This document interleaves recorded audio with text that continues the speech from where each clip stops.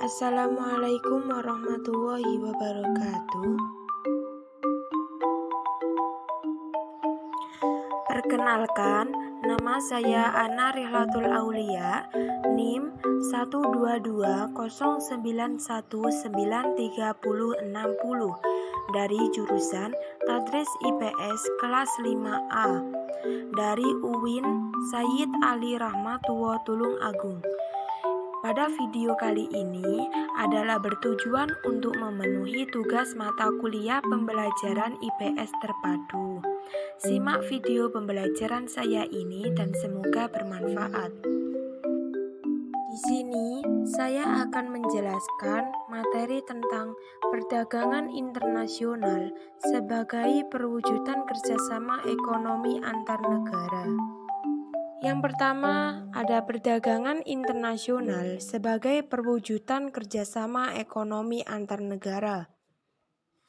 Perdagangan internasional merupakan kegiatan jual beli barang dan jasa antara satu negara dan negara lainnya. Dalam perdagangan internasional, setiap negara yang terlibat mengharapkan keuntungan. Dengan demikian, dapat dikatakan bahwa tujuan dilakukannya perdagangan internasional adalah untuk memperoleh keuntungan dari kegiatan tersebut. Contohnya, Saudi Arabia adalah negara yang kaya akan minyak bumi, tetapi mereka memerlukan sumber daya alam yang lain seperti karet. Sementara di Indonesia, produksi minyak bumi belum mencukupi dalam negeri. Tetapi Indonesia merupakan penyumbang 21% dari produksi karet alam dunia. Perbedaan potensi sumber daya alam yang dimiliki Saudi Arabia dan Indonesia menyebabkan terjadinya perdagangan internasional. Saudi Arabia memperdagangkan minyak bumi ke Indonesia dan Indonesia menjual karet ke Arab Saudi. Nah, sekarang faktor apa saja yang mendorong terjadinya perdagangan internasional? Faktor yang mendorong terjadinya perdagangan internasional antara lain, pertama, perbedaan sumber daya alam yang dimiliki oleh setiap negara. Nah, perbedaan potensi sumber daya alam masing-masing negara dipengaruhi oleh yang pertama, luas daerah, kedua, letak geografis, ketiga, iklim. Kedua, perbedaan tingkat kualitas sumber daya manusia.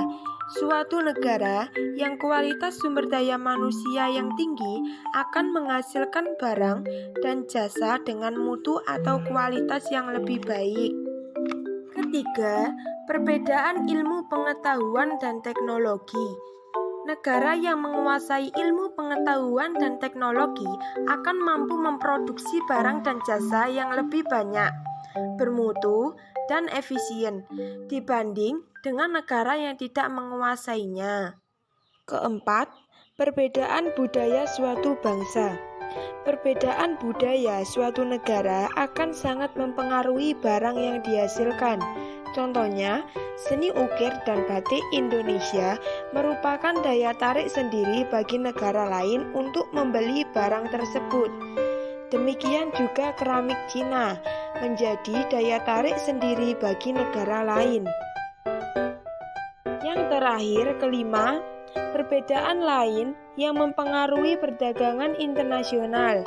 Contohnya, perbedaan harga barang, perbedaan upah dan biaya produksi, serta perbedaan selera.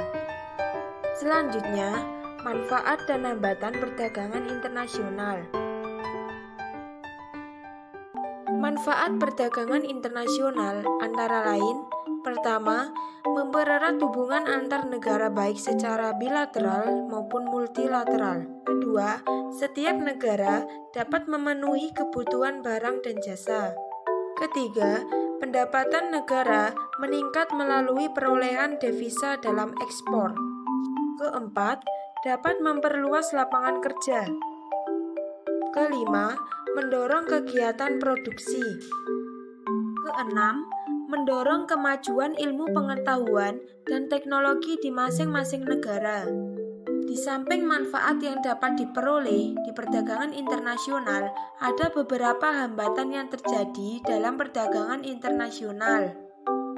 Hambatan perdagangan internasional antara lain: pertama, harga barang luar negeri yang lebih murah dari hasil produksi dalam negeri. Mengapa harga barang luar negeri lebih murah? Ada beberapa negara yang menganut politik dumping, yaitu kebijakan menjual barang di luar negeri lebih murah daripada di dalam negeri. Kebijakan ini bertujuan untuk meningkatkan devisa negara. Kedua, bea masuk yang tinggi. Ketiga, adanya proteksi. Proteksi adalah kebijakan untuk melindungi produk dalam negeri. Keempat, yaitu kuota. Kuota merupakan kebijakan untuk membatasi jumlah ekspor dan impor barang dari suatu negara. Hambatan perdagangan internasional yang lain yaitu pertentangan politik dan peperangan. Alat pembayaran perdagangan internasional. Alat pembayaran yang digunakan dalam perdagangan internasional berbeda dengan alat pembayaran perdagangan di dalam negeri. Perdagangan internasional menggunakan alat pembayaran yang dapat diterima secara internasional. Cara pembayaran perdagangan internasional. Dalam transaksi jual beli, kita harus membayar barang yang kita beli kepada penjual dan penjual berhak menerima pembayaran tersebut. Begitu pula dalam perdagangan internasional, pihak eksportir atau penjual berhak menerima pembayaran dari pihak importir atau pembeli. Adanya perbedaan nilai mata uang dan jarak antara negara mendorong pihak-pihak yang terlibat menemukan cara untuk mempermudah proses pembayaran. Di antaranya sebagai berikut. Pertama, pembayaran di muka adalah sistem pembayaran yang dilakukan importir dengan cara melakukan pembayaran terlebih dahulu sebelum barang dikirim oleh eksportir. Mata uang yang digunakan dalam pembayaran bergantung pada kesepakatan, bisa menggunakan mata uang negara eksportir maupun uang negara importir. Kedua, pembayaran kemudian, yaitu sistem pembayaran yang dilakukan setelah importir menerima barang dari eksportir. Sistem pembayaran dilakukan apabila terdapat kepercayaan antara eksportir dan importir. Ada kepastian barang dan dokumen kelengkapan barang yang akan diterima importir, serta ada kepastian hukum tentang transaksi dan transfer pembayaran.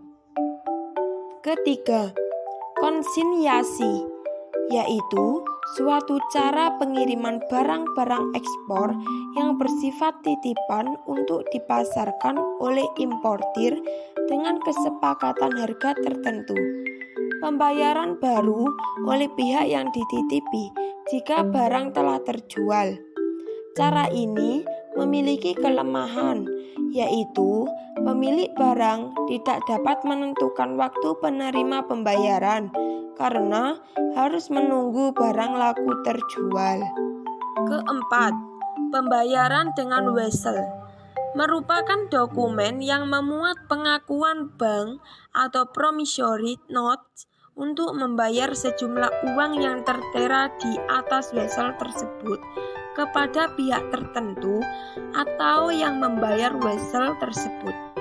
Dengan demikian, pihak importir harus membayar barang yang dibelinya dengan cara menyetorkan sejumlah uang kepada pihak bank yang ditunjuk eksportir yang mengeluarkan wesel.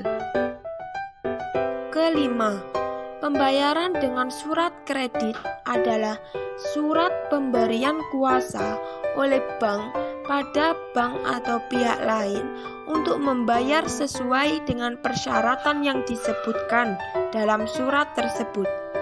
Sistem pembayaran dengan surat kredit merupakan sistem yang paling aman apabila eksportir dengan penerbitan surat kredit, sebuah bank yang bertindak sebagai pengganti importir memberikan kepercayaan dan kepastian kepada importir bahwa pembayaran akan dilakukan oleh bank tersebut sesuai dengan persyaratan yang terdapat dalam surat kredit. Keenam, pembayaran dengan emas dilakukan oleh importir dengan mengirimkan sejumlah emas yang setara dengan nilai barang yang dibelinya kepada eksportir. Pembayaran dengan menggunakan emas ini harus mendapat izin dari pemerintah. Sekian video pembelajaran kali ini. Terima kasih telah menonton, semoga bermanfaat. Sampai jumpa di video selanjutnya. Wassalamualaikum warahmatullahi wabarakatuh.